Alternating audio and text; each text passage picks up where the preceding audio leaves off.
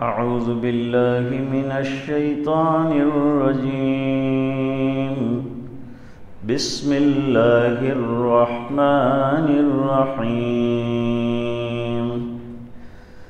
إن في خلق السماوات والأرض واختلاف الليل والنهار والفلك التي تجري في البحر بما ينفع الناس وما أنزل الله من السماء من ماء فأحيا به الأرض بعد موتها وبث فيها من كل دابة وتصريف الرياح والسحاب المسخر بين السماء والأرض لآيات لقوم يعقلون. ومن الناس من يتخذ من دون الله أندادا يحبونهم كحب الله والذين آمنوا أشد حبا لله ولو يرى الذين ظلموا إذ يرون العذاب أن القوة لله جميعا وأن الله شديد العذاب. صدق اللہ العظیم. گزشتہ سبق میں توحید کی دعوت دی. قرآن کریم میں 10 پارے تو توحید اور توحید کی دعوت میں خرچ ہوئے ہیں. قرآن کریم کا داعیانہ جو اسلوب ہے وہ یہ ہے کہ پہلے دعوت توحید دیتے ہیں، اللہ کے بندوں کو اللہ کی طرف بلاتے ہیں اور غیر اللہ کی عبادت سے روکتے ہیں. ایک اللہ کی عبادت کرنے کی دعوت دیتے ہیں اور یہ دعوت دینے کے بعد پھر توحید کے دلائل دیتے ہیں کہ کیوں ایک ہی اللہ کو مانا جائے، ماں سوى اللہ کی عبادت کیوں نہیں کر سکتے. تو پہلے تو یہ کہا کہ ماں سوى اللہ کی عبادت جائز نہیں، پھر یوں کہا کہ ماں سوى اللہ جو ہیں وہ کمزور ہیں، ضعیف ہیں، وہ اتنے ضعیف ہیں کہ ان کی ناک پر اگر مکھی بیٹھ جائے تو وہ اڑا بھی نہیں سکتے، تو تمہارا کیا فائدہ وہ کر سکتے ہیں؟ تم کو کیا نفع دے سکتے ہیں؟ تم کو کیا نقصان پہنچا سکتے ہیں؟ وہ تو اپنی جگہ سے ہل بھی نہیں سکتے. اس دعوے کے بعد اللہ تعالیٰ دلائل توحید بیان فرماتے ہیں. یہ ایک اسلوب ہے قرآن کریم کا. دعویٰ کیا، بعد میں دلائل پیش کیے. آج کی جو آیات پڑھی گئی ہیں ان میں اللہ تعالیٰ نے دلائل قدرت اور دلائل توحید بیان فرمائے.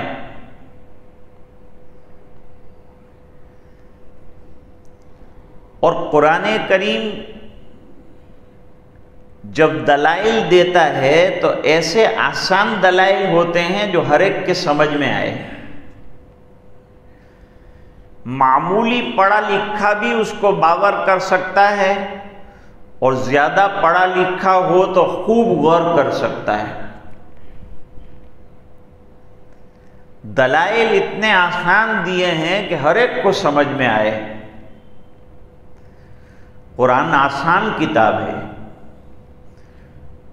اگر سائنس کے موڑ میں اور اس کے اسلوب میں اگر بیان کریں تو ہر آدمی نہیں سمجھ پائے گا، بوکھلا جائیں گے لوگ کہ بھئی یہ کیا کہہ رہے ہیں۔ اس لیے جو نشانیاں توحید کی بیان کرتے ہیں وہ نشانیاں کھلم کھلا نظر آنے والی ہر آدمی کو ایسی نشانیاں بیان کرتے ہیں، دلائل ایسے دیتے ہیں۔ اب یہاں دلیل لائے ہیں، دلیل اس بات کی لائے ہیں کہ خالق یعنی ہر چیز کے پیدا کرنے والے اصل میں اللہ ہیں۔ دنیا میں کوئی خالق نہیں ہو سکتا، خالق صرف اللہ۔ خلق کرنا یعنی عدم سے کسی چیز کو وجود میں لانا، یہ اللہ تعالیٰ کی قدرت میں ہے۔ بھئی سائنس والے کہتے ہیں ہم نے یہ ایجاد کیا، ہم نے یہ ایجاد کیا،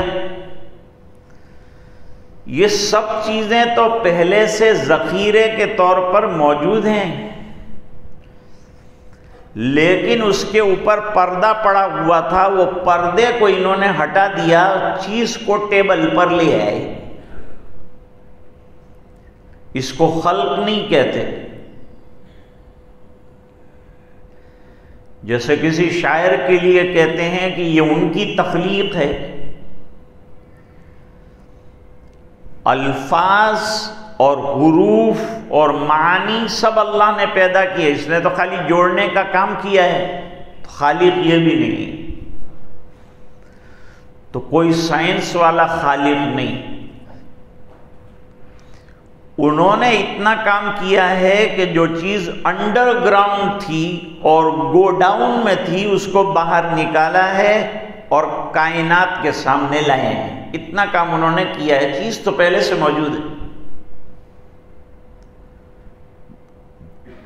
اب سب سے بڑی تخلیق کی بات کرتے ہیں جو ہر وقت انسان دیکھتا ہے اور کھلم کھلا دیکھتا ہے، آسمان، اسکائز۔ اللہ فرماتے ہیں یہ میں نے بنایا ہے۔ اب آپ اندازہ لگائیے، چھوٹا سا ایک شامیانہ ہم کو شادی کے لیے یا کسی فنکشن کے لیے لگانا ہوتا ہے، تو شامیانے میں کتنے لوگ کام میں لگتے ہیں جب جا کر کے وہ شامیانہ، آج کل تو شادیوں میں شامیانے 2 ہفتے پہلے سے بنانا شروع کرتے ہیں، اور کھیل اس میں ہوتا ہے 1 گھنٹے کا اور توڑ جاتے ہیں۔ میں نے میرے علاقے میں شامیانے بنتے دیکھے تو 1 ہفتہ پہلے سے بنا رہے تھے، شادی 1 گھنٹے میں ہو گئی، 8 دن دوسرے اس کو توڑنے کے اندر لگ گئے۔ یہاں ستون، وہاں کھمبا، وہاں روشنی، وہاں لائٹ، یہاں پردے، وہاں جھالر، یہاں قمقمے، وہاں روشنی، تب جا کر کے بیچارہ شامیانہ جو ہے وہ خوبصورت بنتا ہے۔ اور اس میں بھی اگر ہوا آ گئی اور اس نے کرم کر دیا تو یہ شامیانہ آرام سے لیٹ بھی جاتا ہے، سب محنت پر پانی پھر جاتا ہے۔ تو شامیانہ کئی لوگوں کی مدد سے بنا، پہلے سے ڈیزائنیں کمپیوٹر میں بتاتے اس طرح بنے گا، اس طرح بنے گا، اس طرح بنے گا۔ اب اللہ فرماتے ہیں ایک شامیانہ میں نے بھی بنایا ہے، اس پر غور کرو۔ وہ شامیانہ کیا ہے؟ آسمان۔ کوئی ستون نظر آتا ہے؟ ہمارا شامیانہ اوپر سے چھت پھٹ بھی جاتی ہے، پھڑ پھڑ پھڑ پھڑ ہلتا ہے شامیانہ، اوپر کی چادر ہلتی ہے، دھوپ آتی ہے، روشنی آتی ہے، دن کو بیٹھنا مشکل ہو جاتا ہے، اللہ فرماتے ہیں میرا شامیانہ دیکھو، کوئی مزدور دیکھے تم نے کام کرتے ہوئے کہ وہاں سے میرا شامیانہ پھٹ گیا ہے، اس کو ریپیئر کر رہے ہو؟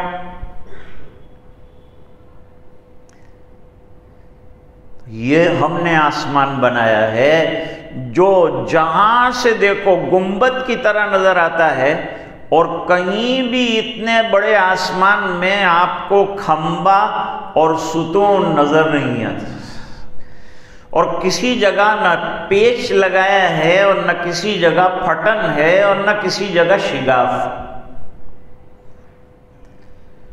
کوئی بھی دنیا کا آدمی انگلی اٹھا کر یوں نہیں کہہ سکتا کہ فلان جگہ اللہ تعالیٰ نے آسمان اچھا نہیں بنایا، کسی کی زبان سے نہیں سنا۔ اور دنیا میں جو معبودان باطلہ ہیں ان میں سے کسی نے یہ دعویٰ نہیں کیا کہ یہ آسمان ہم نے بنایا ہے، اس کے خالق صرف اور صرف ایک اللہ ہے۔ تو کتنے بڑے ہوں گے؟ جہاں جہاں آپ چلے جائیے وہاں وہاں آسمان آپ کے ساتھ، وہاں اوپر نظر کیجیے آپ کو آسمان نظر آئے گا۔ پھر اللہ تعالیٰ نے خالی آسمان نہیں بنایا، آسمان کو خوبصورتی عطا کرنے کے لیے ستاروں کی انجمنیں سجائی۔ کوئی آدمی رات کو پریشان ہو، حیران ہو، ٹینشن میں ہو، تھوڑی دیر کے لیے باہر اندھیرے میں کرسی لگا کر ستاروں پر نظر ڈالنا شروع کرے، اس کی فجر ہو جائے گی لیکن عجائبات فطرت ختم نہیں ہو۔ یہ ستارہ الگ طریقے سے چمک رہا ہے، وہ الگ طریقے سے چمک رہا ہے، یہ اس کے پڑوس میں، حالانکہ بیچ میں لاکھوں کروڑوں میل کا فاصلہ ہے، لیکن ہم کو یوں نظر آتا ہے جیسے کہ اللہ نے آسمان کے اندر قمقمے جلا رکھے ہیں۔ تو ہماری نگاہوں کا استقبال کرنے کے لیے اللہ نے ستارے بنائے۔ اللہ تعالیٰ قرآن میں فرماتے ہیں ستارے 3 کاموں کے لیے بنائے ہیں۔ ایک کام یہ ہے کہ ستاروں کے ذریعے سے سمندر میں چلنے والے اور جنگل میں چلنے والے اپنی راہ تلاش کرتے ہیں۔ وَبِالنَّجْمِ هُمْ يَهْتَدُونَ، ستاروں کے ذریعے سے راستے تلاش کیے جاتے ہیں۔ نمبر 2، ستارے آسمان کی زینت ہیں۔ وَزَيَّنَّا السَّمَاءَ الدُّنْيَا بِزِينَةٍ الْكَوَاكِبِ، اور تیسرا، جب کوئی شیطان آسمان کی خبر لینے کے لیے نجومی کا جاتا ہے، اس کا پالا ہوا، تو وہاں سے ایک میسائل جو ہے وہ ستارے کے اندر سے نکلتا اور اس کو خاک کر دیتا ہے۔ یہ 3 کام کتاب و سنت میں ستاروں کے بتائے۔ واقعی زینت کی چیز بھی ہے، کام کی چیز بھی ہے۔ پھر فرمایا رات کو ذرا اور اندھیرا ہوا تو ہم نے ذرا بڑا چراغ جلایا، چاند کی شکل میں، ماہتاب کی شکل میں۔ اب تمہیں اس سے بڑے فائدے بھی پہنچائے۔ ہمارا جو حساب اسلامی چلتا ہے وہ قمر کے اعتبار سے، یعنی چاند کے اعتبار سے چلتا ہے۔ ایک قمری تقویم ہے، ایک شمسی تقویم ہے۔ آفتاب کے اعتبار سے چلتی ہے، چاند کے اعتبار سے چلتی ہے۔ پھر یہ چاند بڑھتا بھی ہے، گھٹتا بھی ہے، اس کی خوبصورتی میں اضافہ بھی ہوتا ہے، کمی بھی ہوتی ہے، یہ باریک بھی ہوتا ہے، یہ گول بھی ہوتا ہے، 14ویں کا بدر کامل بھی ہوتا ہے۔ یہ چاند ہے۔ کہیں ہم کو وائرنگ نظر نہیں آتی کہ اس کے اندر روشنی آتی کہاں سے۔ اب یہاں جتنی بھی لائٹیں جل رہی ہے، کوئی اندھا بھی یوں کہے گا کہ اس میں وائرنگ کی گئی، بغیر وائر کی یہ چلتا ہی نہیں۔ اللہ نے بغیر وائر کے آفتاب بنایا جو پوری دنیا میں روشنیاں رات کو ہو رہی ہوں کہ دن کو ہو رہی ہوں، سب آفتاب کا نتیجہ ہے۔ اور آفتاب ایسا بنایا کہ اندھا نہیں دیکھ سکتا، باقی ہر آدمی دیکھ سکتا ہے۔ یا جس کو نہیں دیکھنا ہے اور نہیں ماننا ہے وہ نہیں دیکھتا. آفتاب آمد دلیل آفتاب، گر دلیلت باید ازو رو متاب. تجھے اللہ کی وحدانیت کی دلیل چاہیے تو آفتاب کو دیکھ، کیسا گھٹتا ہے، بڑھتا ہے، اور سرخ ہوتے ہوتے اتنا اونچا ہو جاتا ہے، تیز ہو جاتا ہے کہ تمہاری نگاہ اس کے اوپر نہیں ٹکتی اور ٹک نہیں پاتی. اتنا شاندار آفتاب. اور وہ آفتاب کی وجہ سے بادل ہوتے ہیں، پانی اوپر جاتا ہے، بارشیں برستی ہے، لوگوں کی کھیتیاں پکتی ہیں، دن بنتے ہیں، راتیں تیار ہوتی ہیں. آفتاب چلا گیا تو رات آئی، آفتاب آ گیا تو دن روشن ہوا. یہ سب آفتاب کی کار فرمائیاں ہیں. اور یہاں سے کروڑوں میل دور ہے، لیکن چند منٹوں کے اندر اس کی روشنی جو ہے وہ دنیا کو چھو لیتی ہے. دیکھو جب رات ہوتی ہے تو آدمی کی طبیعت میں اضمحلال اور سستی آتی ہے، طبی طور. یہ بات الگ ہے کہ آج راتوں کو بھی لوگوں نے دن بنا دیا، روشنیاں بڑے بڑے قمقمے جلا کر رات کو بھی جو ہے کھیل رہے ہیں، کتے بلوں کی طرح دوڑ رہے ہیں، حیوانوں کی طرح ریشہ دوانیاں کر رہے ہیں. رات کو برباد کر کے رکھ دیا ہے. رات آرام کے لیے بنائی ہے، دن کام کے لیے بنایا ہے.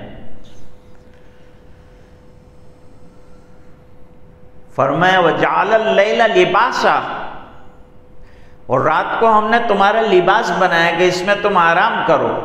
نہیں کرتے جو لوگ رات کو آرام تو وہ دن بھر پریشان رہتے ہیں، کیونکہ رات اللہ نے بنائی ہے آرام کے لیے. اور رات کو جو سو جاتا ہے، آرام کی نیند مل جاتی ہے، اس کا دن بالکل چوکھا ہو جاتا ہے، آنکھیں چمکدار بن جاتی ہیں. آفتاب کے روشن ہونے کے ساتھ ساتھ انسان کی طبیعت کے اندر جو ہے پھرتی آنا شروع ہوتی ہے. اور جیسے جیسے آفتاب چڑھتا جاتا ہے طبیعت کے اندر کاہلی اور سستی ختم ہو کر کام کرنے کا جذبہ پیدا ہوتا ہے. ادھر آفتاب کام کرتا ہے، ادھر بندہ کام کرتا ہے. تو اللہ فرماتے ہیں میں نے بنایا ہے آسمان، لاؤ اس کے اندر کوئی نقصان، کوئی تفاوت، کوئی کمی، کوئی کجی ہو تو بتاؤ. میں جب بناتا ہوں تو ایسا بناتا ہوں کہ بے عیب بناتا ہوں. تو خالق اور فاطر کس کو کہتے ہیں؟ ایسے بنانے والے کو کہتے ہیں جو بغیر پہلے کے کسی نمونے کے کوئی چیز بنائے. کوئی بھی بلڈنگ دنیا میں بناتے ہیں تو نمونے پر بناتے ہیں. اللہ نے دنیا بنائی تو بغیر نمونے کے پہلی مرتبہ بنائی، نمونہ ہے ہی نہیں. نمونے کے بغیر بنائے یہ کمال ہے. پھر دنیا میں کام شروع ہوتا ہے تو بھئی ٹریکٹر آ کے کھڑا ہوتا ہے، جے سی بی آ کے کھڑا ہوتا ہے، مزدور آ کے کھڑا ہوتا ہے، کانٹریکٹر آ کے کھڑا ہوتا ہے. اتنی بڑی زمین بنائی، اتنا بڑا آسمان بنایا، ہم کو تو کوئی کانٹریکٹر آج تک اس کا ملے ہی نہیں. اور دنیا میں جتنے کام کرنے والے وہ ہڑتال پہ جاتے ہیں. کل ڈاکٹروں کی ہڑتال پر، پولیس کی ہڑتال، سرکاری کرمچاری کی ہڑتال، بینک کے ورکرز کی ہڑتال. لیکن اللہ نے جو چیزیں بنائی وہ ہڑتال کرتی نہیں. آفتاب نے کبھی ہڑتال نہیں کہ جاؤ میں نہیں نکلوں گا، تم نماز نہیں پڑھتے تو میں کل سے بنا. آفتاب برابر اپنے کام کے اندر لگا ہوا ہے. آسمان مجبور ہیں، شمس و قمر مجبور ہیں، اور انجم سیما پر افطار پر مجبور ہیں. ان کو آرڈر دیا گیا ہے، اس کے مطابق ان کو کام کرنا. یہ ایک انسان ایسا ہے کہ جس کو کرنے کو کہا گیا ہے وہ کام نہیں کرتا، نہ کرنے کو کہا گیا ہے وہ کام کر کے سب کام بگاڑتا ہے. فرماتے ہیں آسمان ایک نہیں ہے، سماوات 7 آسمان بنائے ہیں. ایک آسمان دیکھتے دیکھتے ہم تھک گئے اور فرماتے ہیں میں نے 7 آسمان بنا ڈالے. تم ایک آسمان دیکھ کے تھک رہے ہو، ہم 7 آسمان بنا کے نہیں تھکے. پھر زمین ہم نے کیسی بچھائی ہے اس پر غور کرو. زمین نہ اتنی سخت بنائی اللہ نے کہ پیر رکھتے ہی ہمارے پیر میں فریکچر ہو جائے.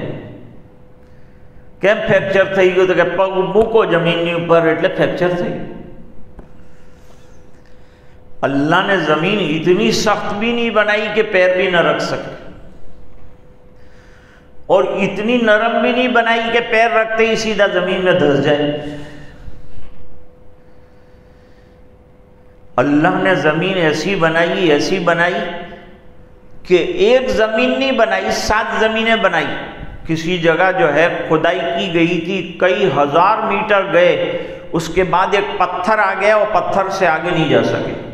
وہ جگہ ابھی تک دنیا میں موجود ہے کہ یہاں تک ہماری کھدائی کا بس ہے، اس کے نیچے بھی زمینیں ہیں لیکن وہاں کھدائی نہیں کر سکتے، کچھ نکل ہی نہیں پاتا، کوئی مشین چل ہی نہیں پاتا.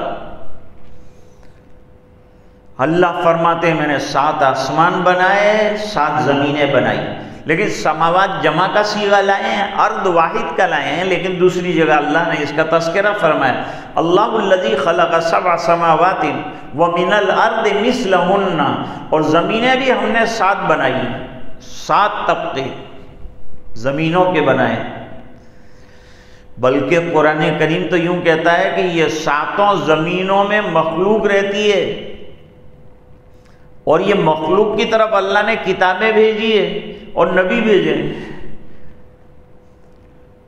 ابھی دنیا جو تلاش کی گئی ہے وہ 75% تلاش کی گئی. ابھی 25% زمین ایسی ہے کہ جس کا انسان کو ابھی پتہ نہیں ہے کہ کہاں ہے، کیا ہے، اور وہاں کیا چیزیں بستی. ایک زمین میں ابھی بیچارہ جو ہے لڑکھڑا رہا ہے اور پریشان ہے، اور اللہ فرماتے ہیں کیا تم میری کاریگری دیکھ پاؤ گے؟ میں نے تو 7 زمینیں اور 7 آسمان بنائے. اب فرماتے ہیں کہ زمین بنا کے چھوڑ نہیں دی، زمین ہل نہ جائے. تو زمین ہل نہ جائے اس کے لیے کیا کیا؟ کھونٹے بنائے. کھونٹے کس کو بنایا ہے؟ پہاڑوں کو کھونٹے بنایا. زمین ہلے نہیں، لیکن جب اللہ اپنی طاقت بتانے پر آتے ہیں تو پہاڑ بھی ہلتا ہے، تو پھر زمین بھی ہلنا شروع ہو جاتی.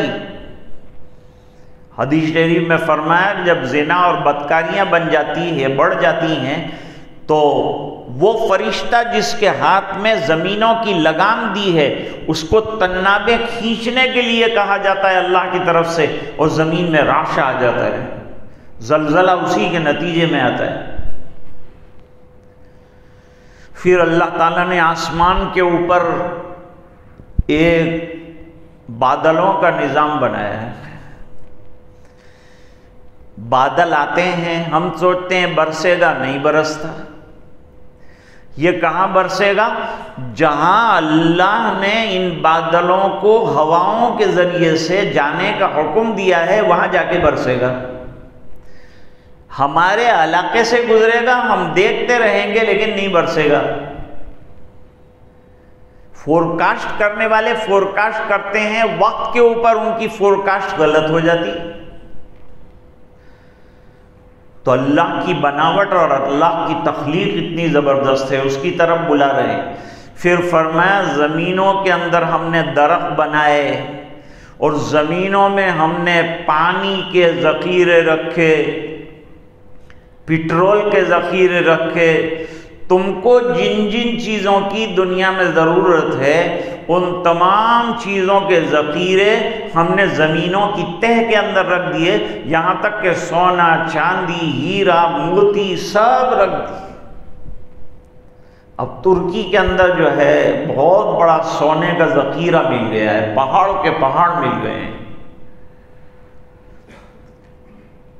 مکہ مکرمہ میں بہت سونا نکلتا ہے،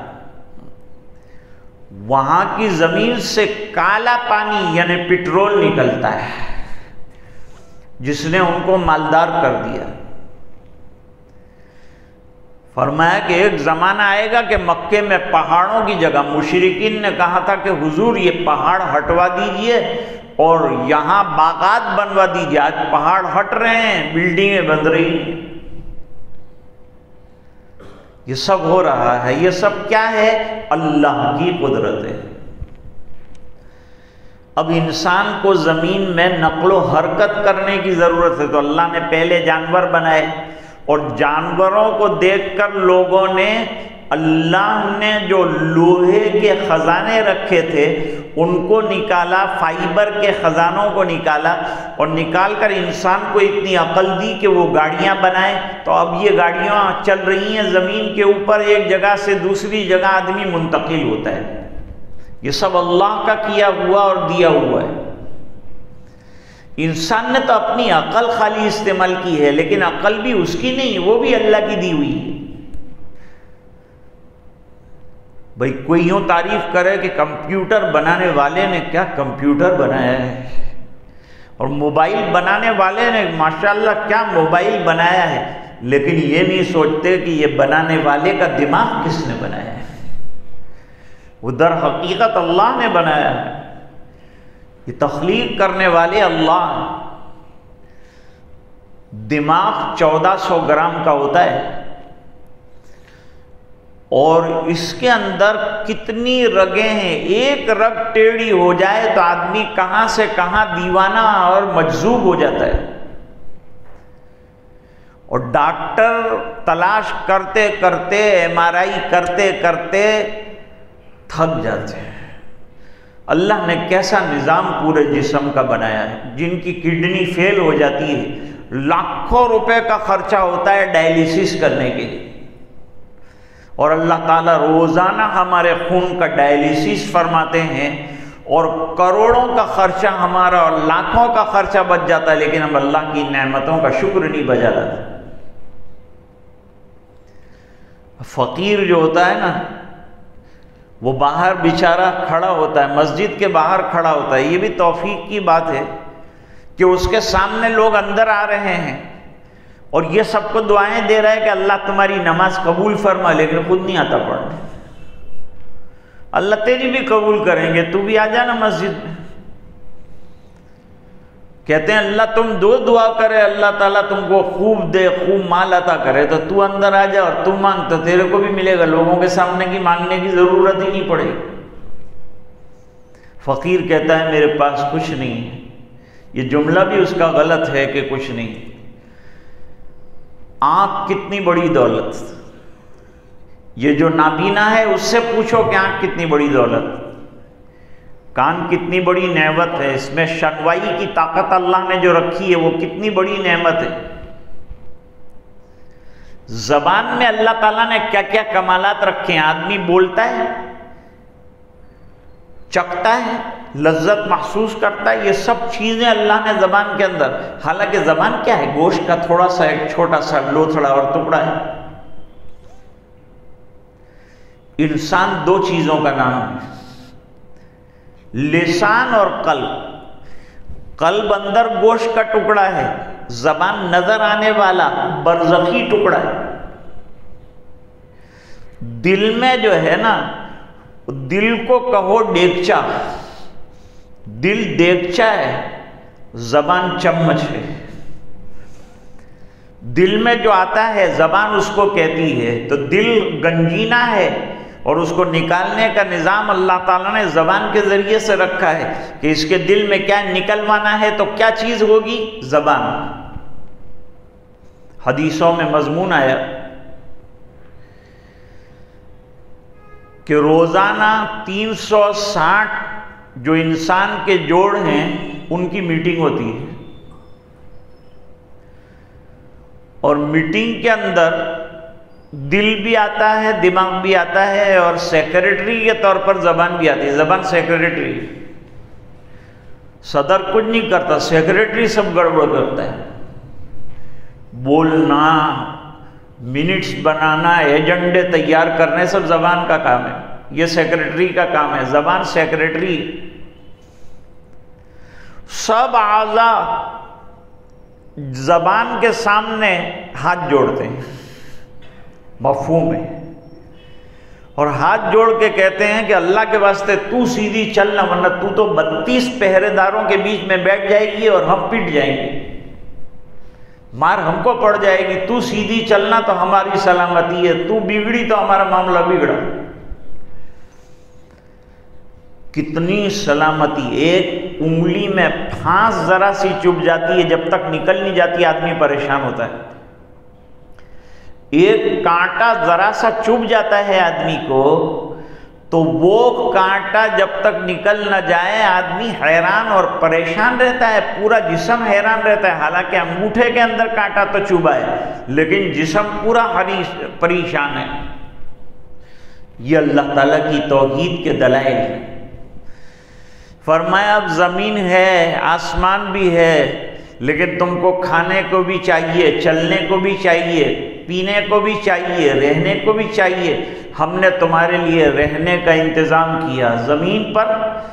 تم چاہو تو 100 منزلہ عمارت کھڑی کر سکتے ہو، زمین اپنے سینے پر 100 منزلہ عمارت کو برداشت کر لیتی۔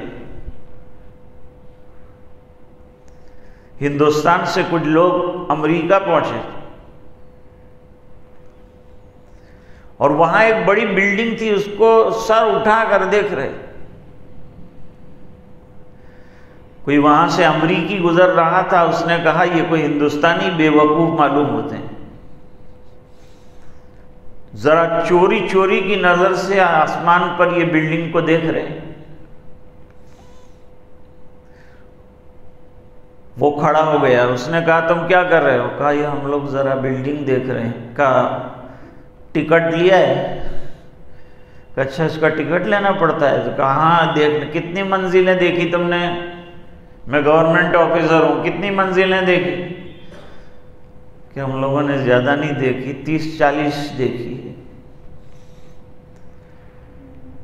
اس نے حساب لگایا، ایک آدمی کا اتنا ڈالر،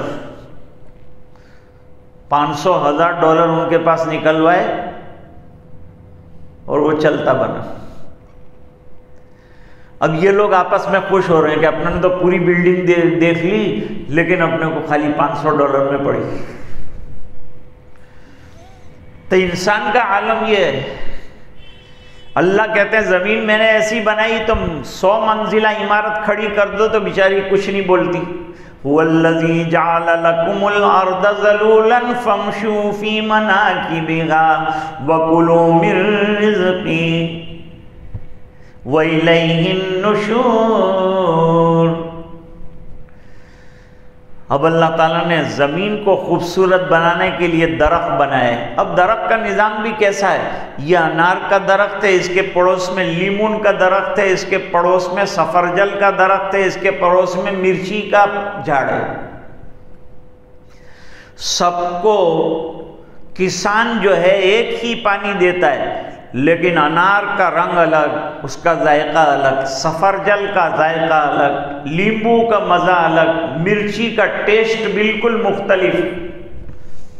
ایک پانی سے سینچائی کی اور الگ الگ ذائقے کی چیزیں ہیں اور پھل خوبصورت آپ کو آتا ہے۔ پھر فرماتے ہیں کہ بھائی نہیں، تم کو تو انڈر گراؤنڈ جانا ہے، 1000 کلومیٹر چلے جاؤ اندر جانے کے لیے، زمین اپنا سینہ چاک کر کے دے دیتی ہے تم کو۔ نہیں ہے کسی کے پاس بستر نہیں ہے، بچھونا نہیں ہے، رات کو سونے کے لیے گدا نہیں ہے، گھبرانے کی بات نہیں۔ اللہ فرماتے ہیں اس چتر سنجری کے نیچے ہم نے جو ہے تمہارے لیے ایسی زمین بچھائی ہے، تم آرام سے اس کے اوپر رات کو گھاس کے اوپر لیٹ جاؤ، تم کو آرام سے نیند آ جائے۔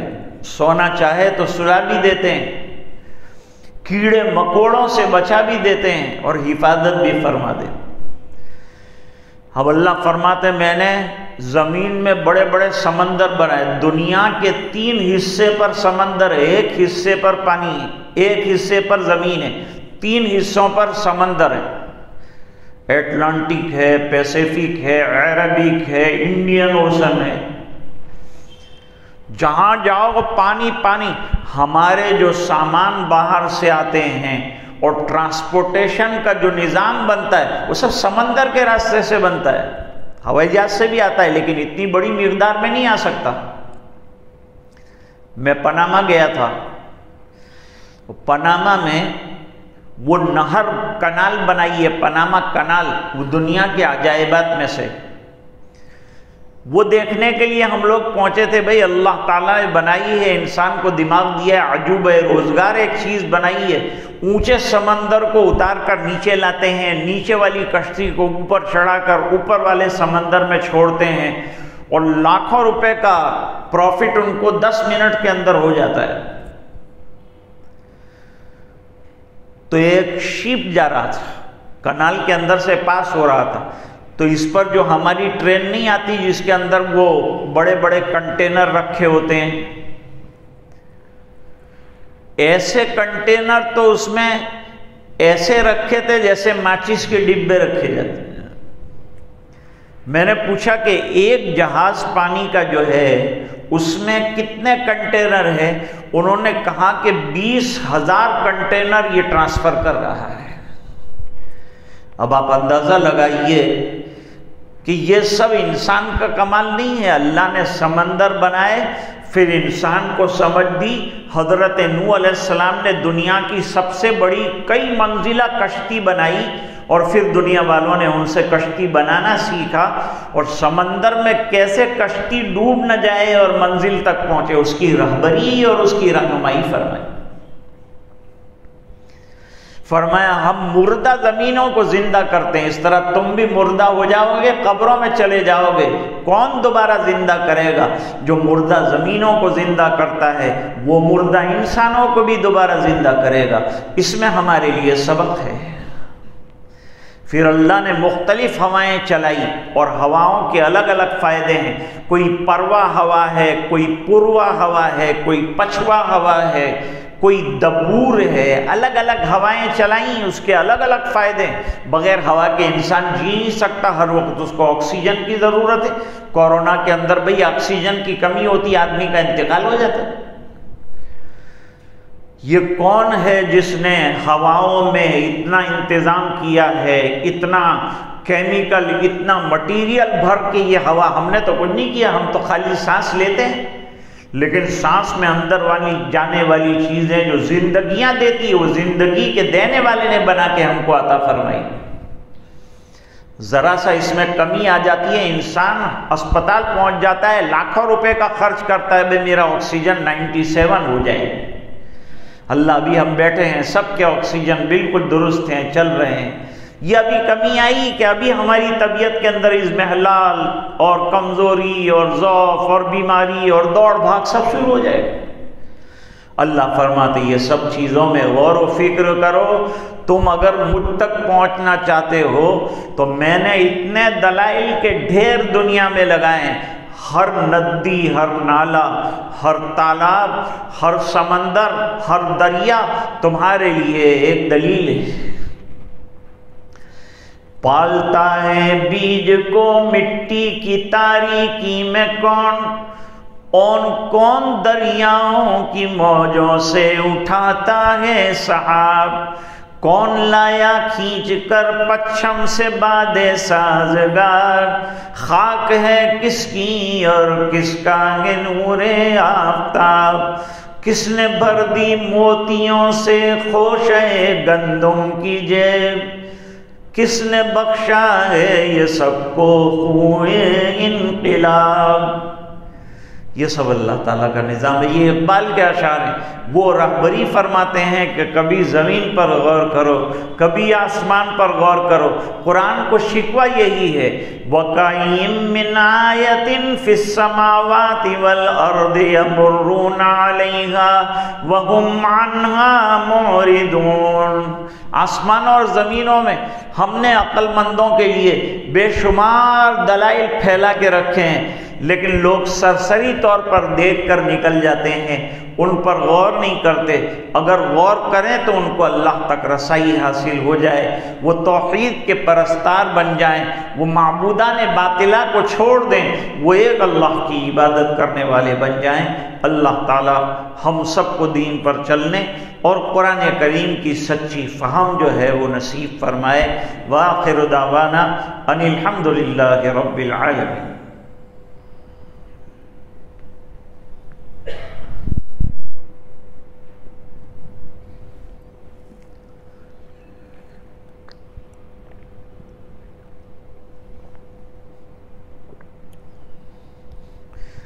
تھوڑی دیر کے لیے ذکر کریں گے انشاءاللہ۔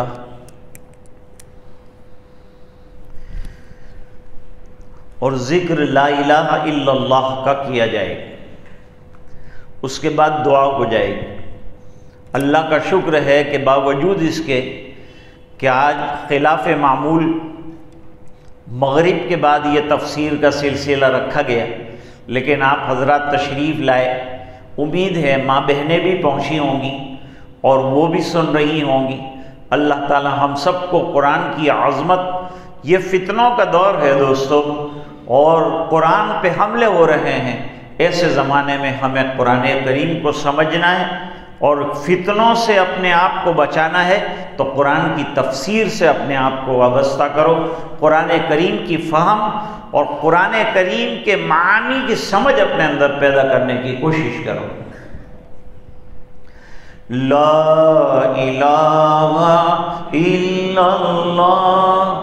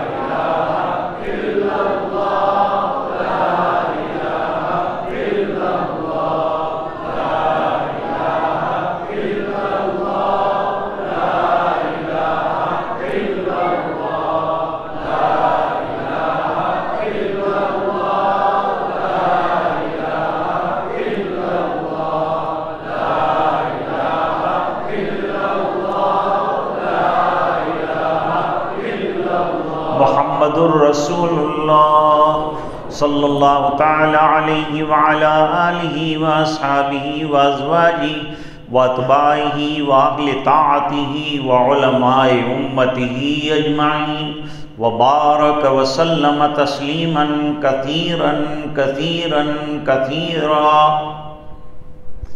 بسم اللہ الرحمن الرحیم۔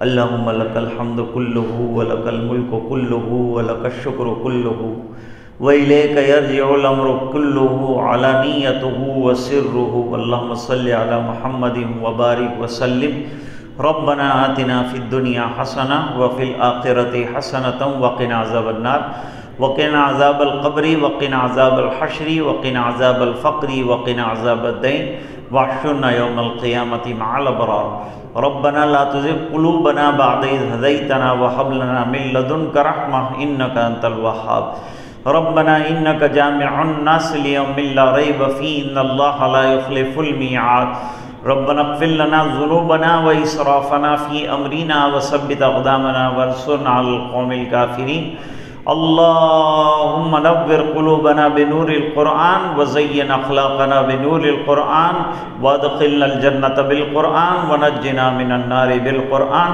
اللهم أعنا على تلاوة القرآن وذكرك وشكرك وحسن عبادتك اللهم وفقنا لما تحب وترضى واجعل آخرتنا خيرا من الأولى اے اللہ ہمارے گناہوں کو معاف فرما کوتاہیوں سے درگزر فرما اپنا فضل اور کرم شامل حال فرما رحم کے کرم کے خیر کے عافیت کے فضل کے فیصلے فرما اپنی رضا دائمی عطا فرما اے اللہ جو فتنے اٹھ رہے ہیں ان کو ختم فرما دے اللہ ان فتنوں کا مقابلہ کرنے کے لیے ہمیں ایمانی قوت عطا فرما اللہ ہمارے ایمان اور ہمارے عقیدوں کی جڑوں کو مضبوط فرما اللہ عبادات اور طاعات کا ذوق عطا فرما اللہ قرآن کریم کے خلاف جو حرزہ سرائی ہو رہی ہے اپنے فضل سے اسے ختم فرما اور جو علماء اس کا جواب دے رہے ہیں راسخین جواب دے رہے ہیں ان کے جوابوں میں طاقت پیدا فرما اے اللہ قرآن کریم تو تیری کتاب ہے تو نے اس کی حفاظت کا وعدہ کیا ہے تو ہی حفاظت کرے گا بندے کیا کریں گے اے اللہ جو کر رہے ہیں الٹی الٹی باتیں ان کے دماغ کو سیدھا کر دے اور اے اللہ اپنی طرف سے انتقامی کارروائیاں ایسے ظالموں کے ساتھ فرما دے ہم کو قرآن کریم کی تفسیر اور قرآن کریم کے مضامین کی سمجھ عطا فرما تلاوت عطا فرما اس پر عمل درآمد نصیب فرما اے اللہ ہماری اس مجلس کو اپنے فضل و کرم حبیب پاک صلی اللہ علیہ وسلم کی برکت سے قبول فرما برحمتک یا ارحم الراحمین